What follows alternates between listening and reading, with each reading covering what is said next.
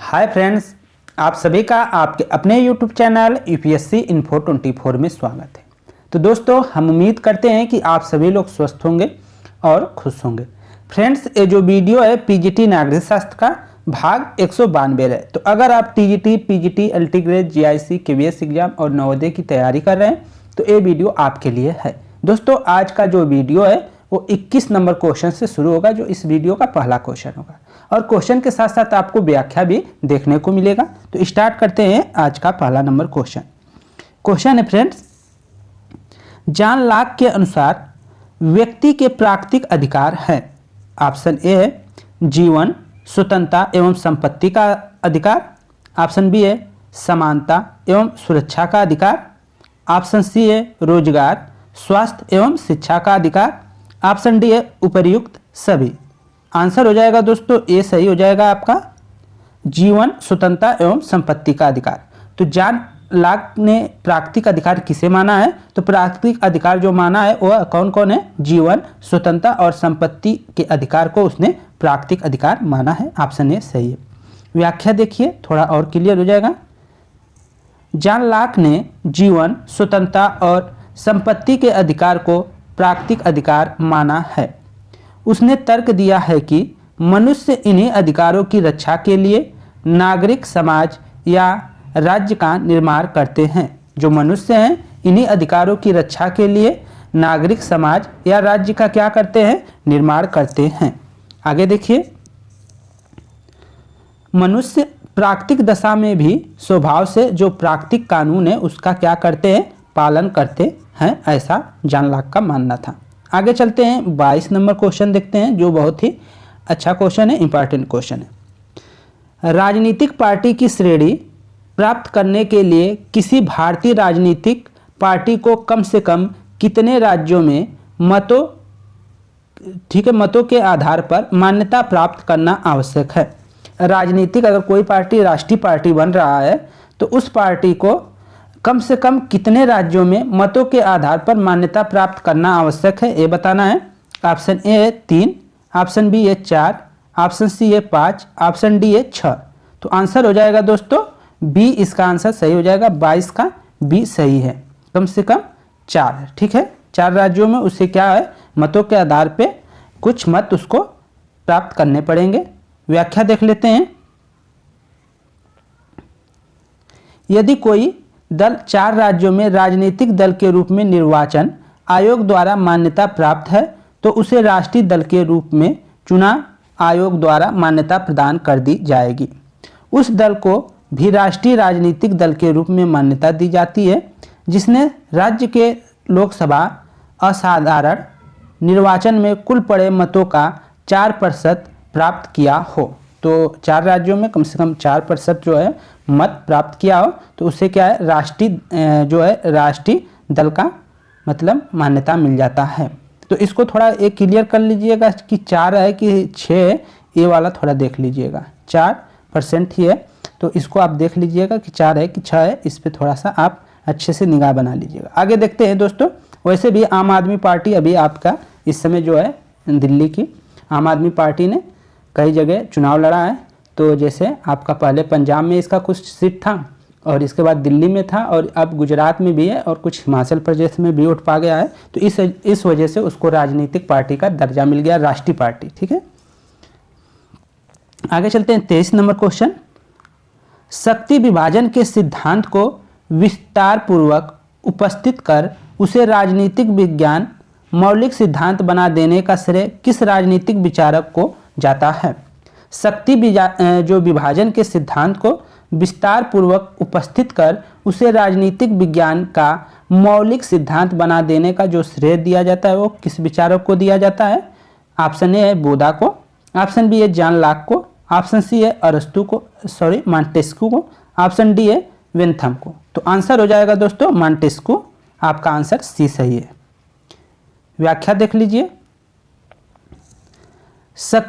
शासन शक्ति के पृथक्करण का विचार अति प्राचीन है किंतु उसका विधिवत प्रतिपादन सर्वप्रथम मॉन्टेस्क्यू ने किया।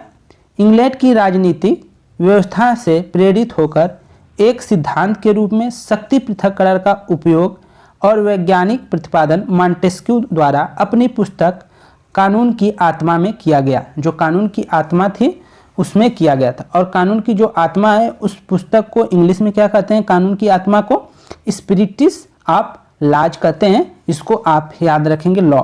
ठीक है, स्पिरिट ऑफ लॉ कहेंगे, तो इसको याद रखेंगे। आगे चलते हैं, 24 नंबर क्वेश्चन देखते हैं। राज्य की उत्पत्ति के बारे में सामाजिक समझौता का सिद्धांत निम्न में से किस सिद्धांत के विरुद्ध एक प्रतिक्रिया के रूप में सामने आया?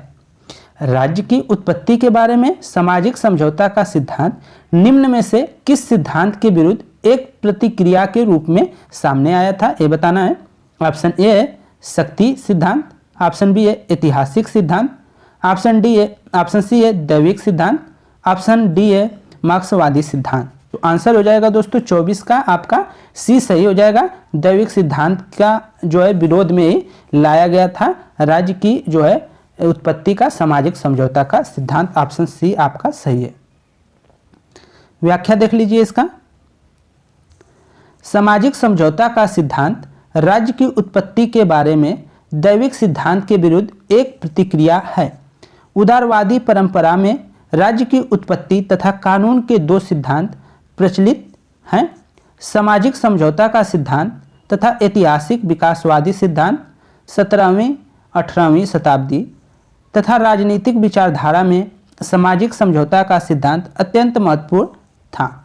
इसी सिद्धांत के अनुसार राज्य दैविक न होकर मानवीय संस्था है।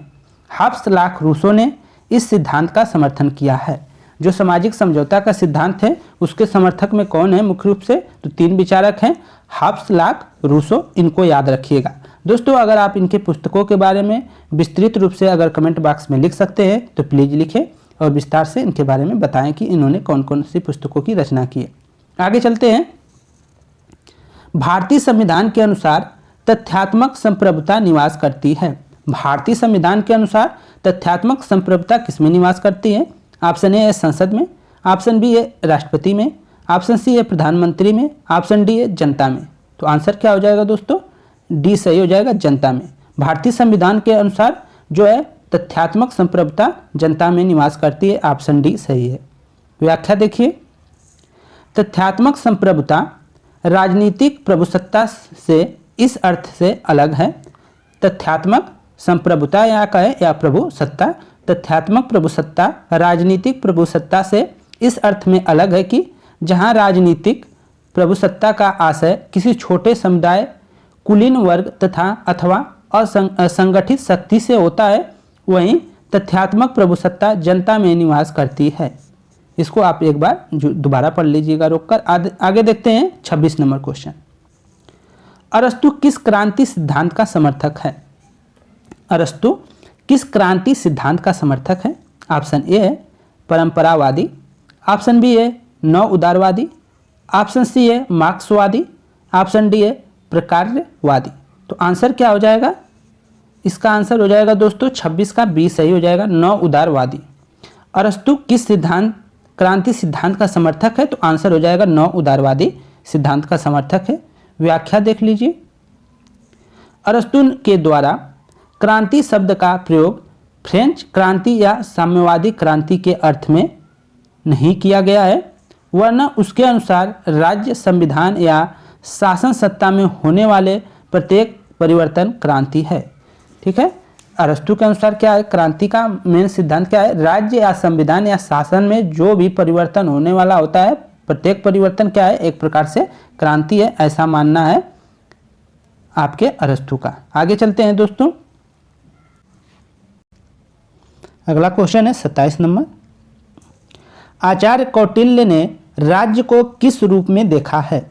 ऑप्शन एक है ए दैविक संस्था के रूप में, ऑप्शन बी है एक वर्गीय संस्था के रूप में, ऑप्शन सी है एक मातृ संस्था के रूप में, ऑप्शन डी है एक मानवीय संस्था के रूप में। तो आंसर क्या हो जाएगा 27 का? 27 का डी आंसर सही हो जाएगा, एक मानवीय संस्था के रूप में।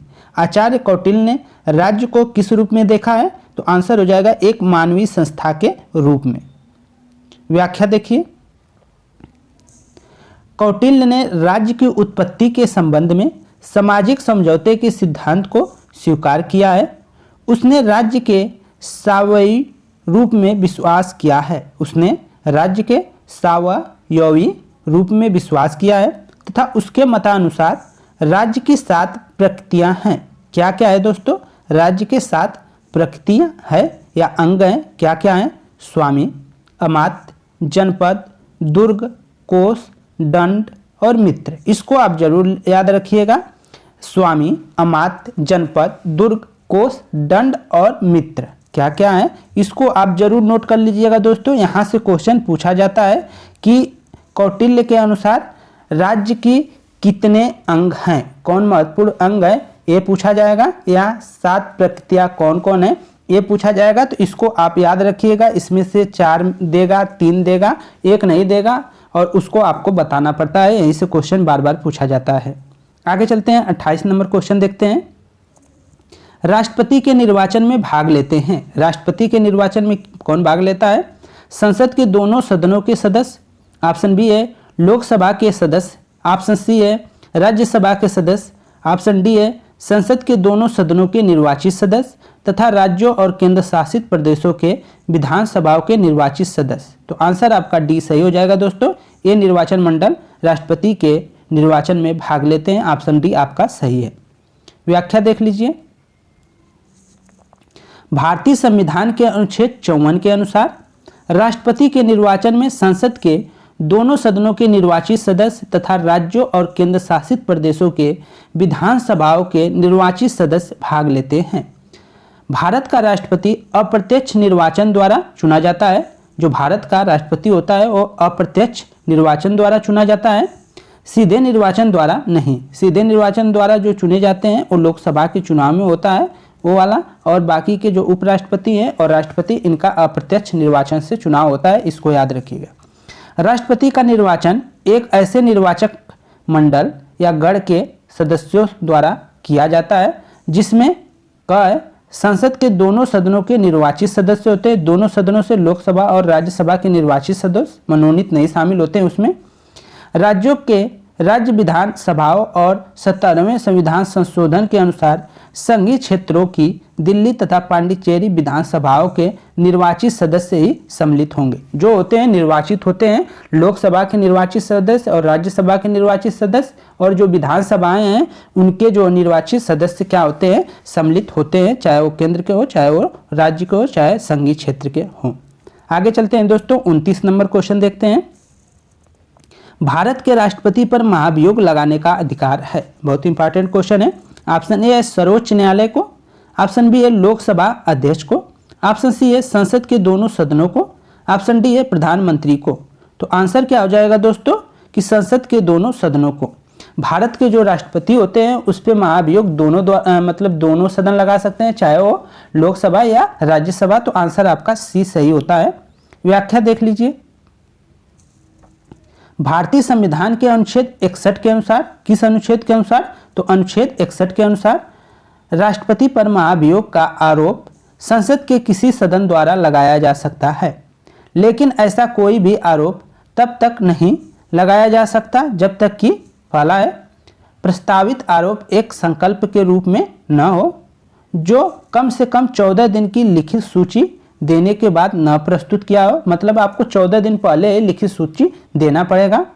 और सी है जिस पर सदन के 1/4 अगर मतलब जो सूचना दे रहे हैं उस पर क्या होना चाहिए, सदन के 1/4 सदस्यों के हस्ताक्षर करके प्रस्तावित करने का तथा प्रकट न किया गया हो। उस सदन के कुल सदस्यों जो सदस्य संख्या है कम से कम 2/3 बहुमत द्वारा ऐसे संकल्प को पारित न कर दिया गया हो। मतलब ये सब आपके पास क्या होना चाहिए। अगर ऐसा नहीं हुआ होगा तो आप क्या है राष्ट्रपति पर महाभियोग नहीं लगा सकते हैं, ऐसा होना जरूरी है। जस्टिस शब्द का जज से निकला है। जो जस्टिस शब्द है वो जज से निकला है। जज का संबंध निम्न में से किस भाषा से है? ऑप्शन ए है अंग्रेजी से, ऑप्शन बी है फ्रांसीसी से, ऑप्शन सी है लैटिन से, ऑप्शन डी है हिंदी से। तो आंसर हो जाएगा सी सही हो जाएगा। लैटिन शब्द का संबंध है जो जज है। तो ठीक है, जज शब्द का संबंध किस भाषा से है तो उसका आंसर हो जाएगा लैटिन, ऑप्शन सी सही है। व्याख्या देख लीजिए। न्याय और जस्टिस शब्द की उत्पत्ति लैटिन भाषा के जस्टिसिया से हुई है। न्याय का शाब्दिक अर्थ होता है जोड़ना। न्याय से तात्पर्य उस सामाजिक आदर्श से है जिसके द्वारा मनुष्य के पास जो पारस्परिक संबंधों की उचित व्यवस्था या उद्देश्य में की जाती है कि संगठित समाज की इकाई के रूप में व्यक्ति के अधिकारों में सामंजस्य बना रहे। तो आंसर आपका सी सही है। तो फ्रेंड्स, ये थे आपके 10 क्वेश्चन और उनके व्याख्यान। अगर वीडियो आपको पसंद आई हो तो वीडियो को लाइक और चैनल पे आप नए हैं तो चैनल को जरूर सब्सक्राइब कर लें। नमस्कार साथियों।